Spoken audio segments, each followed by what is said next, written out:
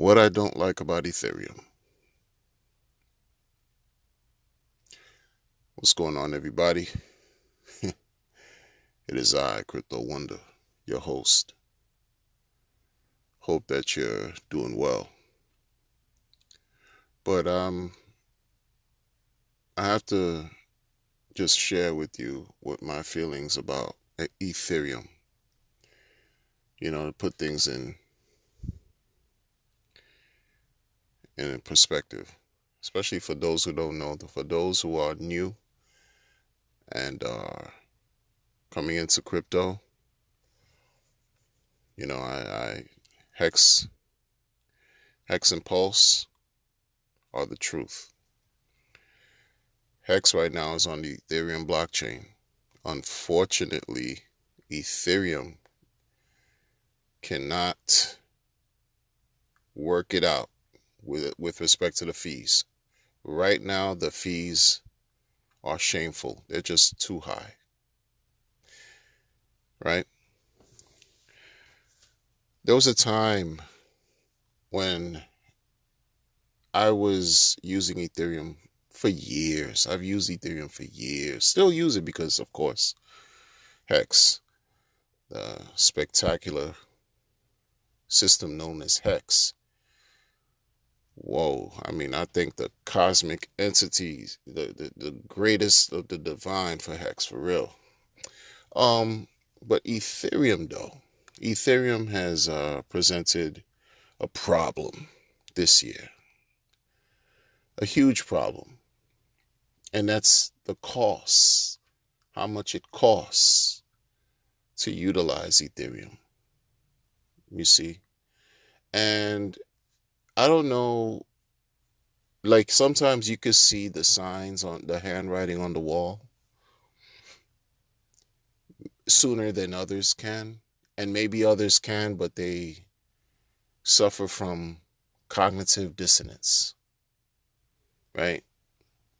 They don't want to, I guess, really see how severe the challenge is. Because I don't know. But you see how Richard just said, you know what? Bump y'all. I'm forking Ethereum because y'all can't get it together. And the end users and everyone in Hex, is paying the price, a hefty price, right? That's why Pulse is being developed. Fundamental reason.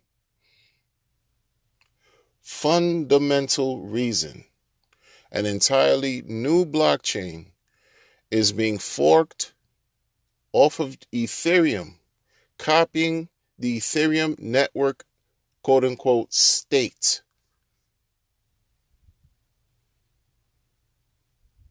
Because why?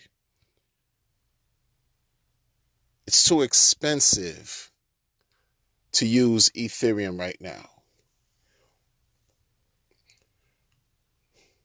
If a wealthy person is telling you it's too expensive to use Ethereum, come on now. Let's be for real. Let's be for real.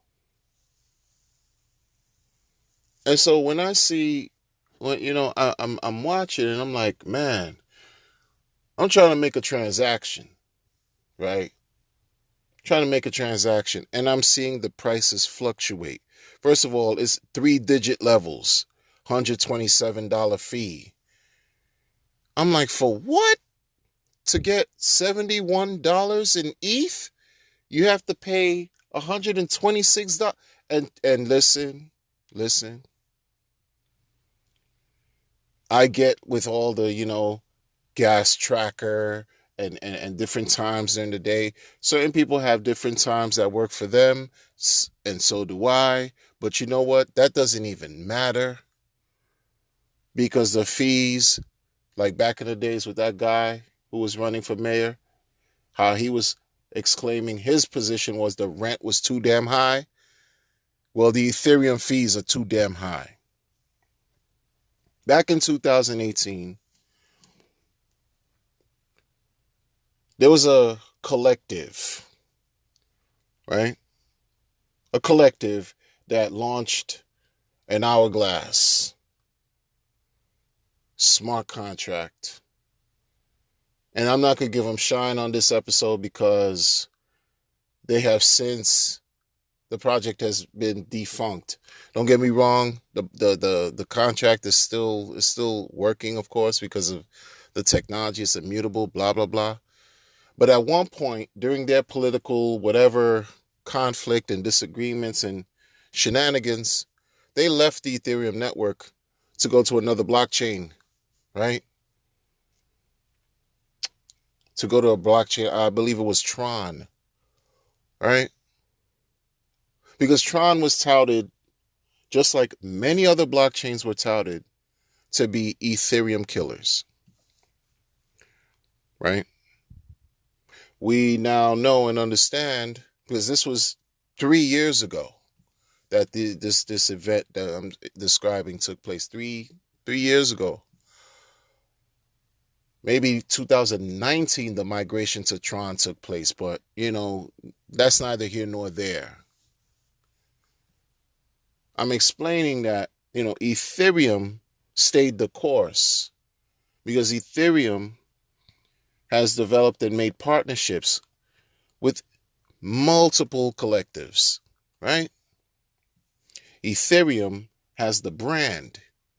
Ethereum was the first to launch a smart contract, to introduce smart contracts to the world. They were noted to be what?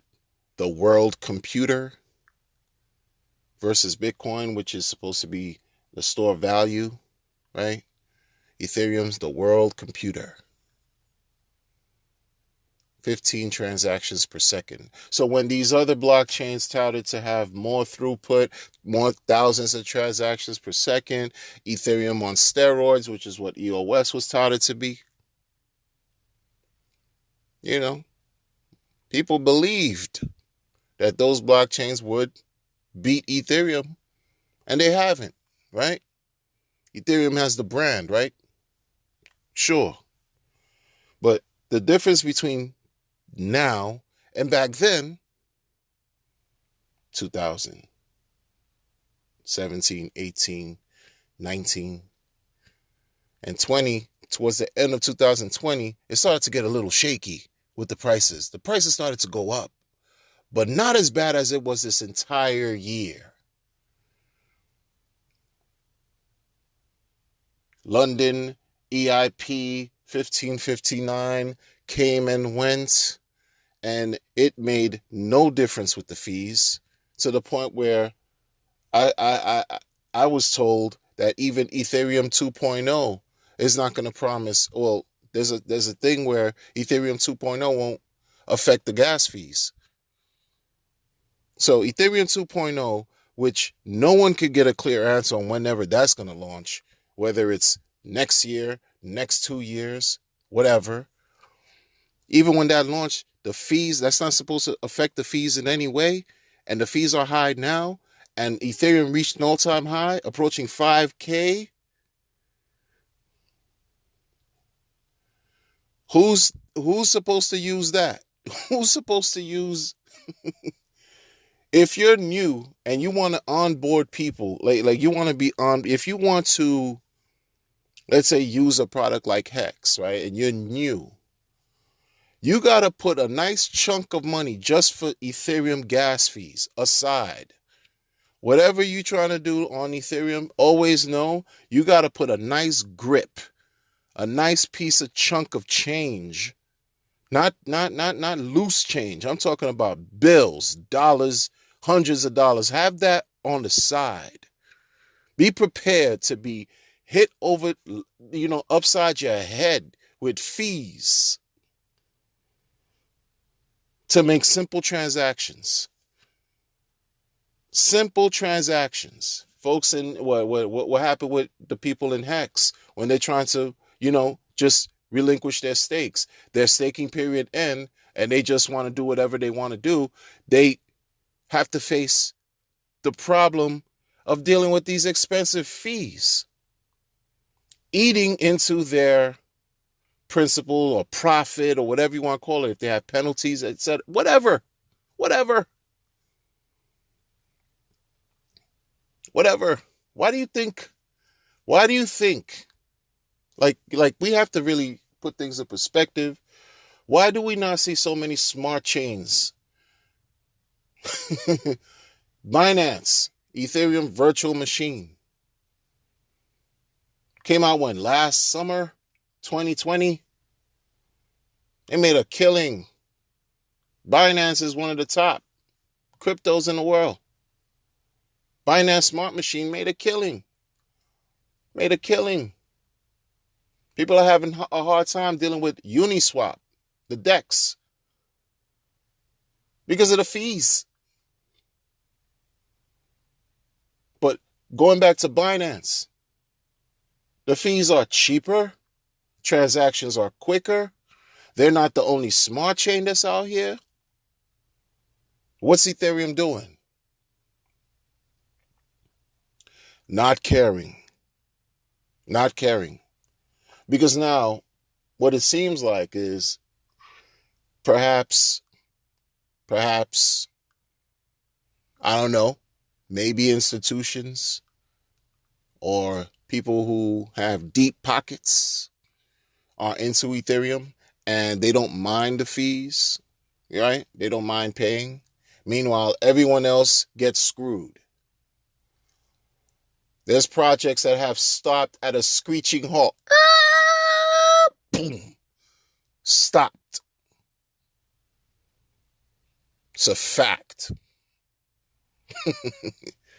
If you're planning on launching anything on Ethereum, prepare to have a nice heavy bag put aside for your fees. That wasn't the talk a year ago. That wasn't the talk 2 years ago. That wasn't the talk 3, 4. You know what I mean? It wasn't like that before. It's like that now, though. And that's why I don't like Ethereum. I don't care for it at all right now. Not at all. People are utilizing other chains. Again, you have Binance, which is like the what? I don't know if it's the first smart chain, but I think it came out. It was the first to come out. Right? You have other chains too. I'm not really going to talk about because I don't care for them. I mean, I appreciate the fact that end users don't have to be violated with these high costs at Ethereum, you know, to and even to people like when I look through social media, folks are like, how high do you think Ethereum can still go by the end of this year? And they'll say 10K. Okay, that's fine. 10K. Absolutely. Anything could go up, right? Right. 10K. If it goes up $10,000 by the end of this year, imagine what the fees are. I mean, you can't be serious. You can't be serious. And folks want to ignore that. Okay, well, you know, it's not my business. It's not my business. It is my business, though, if I'm utilizing it. And so, just like many others, are patiently waiting. Patiently waiting. One of the tenets and principles of crypto. You patiently wait. You hold on to solid cryptos that you believe in. And you wait. Just like everyone is going to wait for PulseChain. And then we'll see. Simple as that. And then we're going to see what Ethereum does. Because again, if you have different smart chains that are already up and running and operating and doing what they do much faster, much cheaper, hello, sooner or later, it won't be the little people that are just screaming, talking about this. The fees are too high. We already see Richard, who's far from a little person. He has deep pockets. Why do you think he's forking? He forked it. He's forking the whole chain There'll be other people who's gonna say the same thing pretty soon, sooner or later. Watch. You know, I'm telling you, that's just how I feel. Because no, money's gonna go where it's treated best. That's it. That's it. If you see something, look at this is what makes Pulse so powerful. This is what makes Pulse so powerful. I'm just calling it how I see it. This is what's gonna make it incredibly. I mean, it's just my goodness. When that chain launches and all the copies of ERC20s are copied over to Pulse, oh yeah, the day of reckoning. That's gonna be the day of reckoning. We're gonna see what's what. We're gonna see what he think. We're gonna see what it's gonna be. When everybody is just on the pulse side of things, the pulse side of the track, doing what the pulse thing, working. It's working faster, quicker, and cheaper.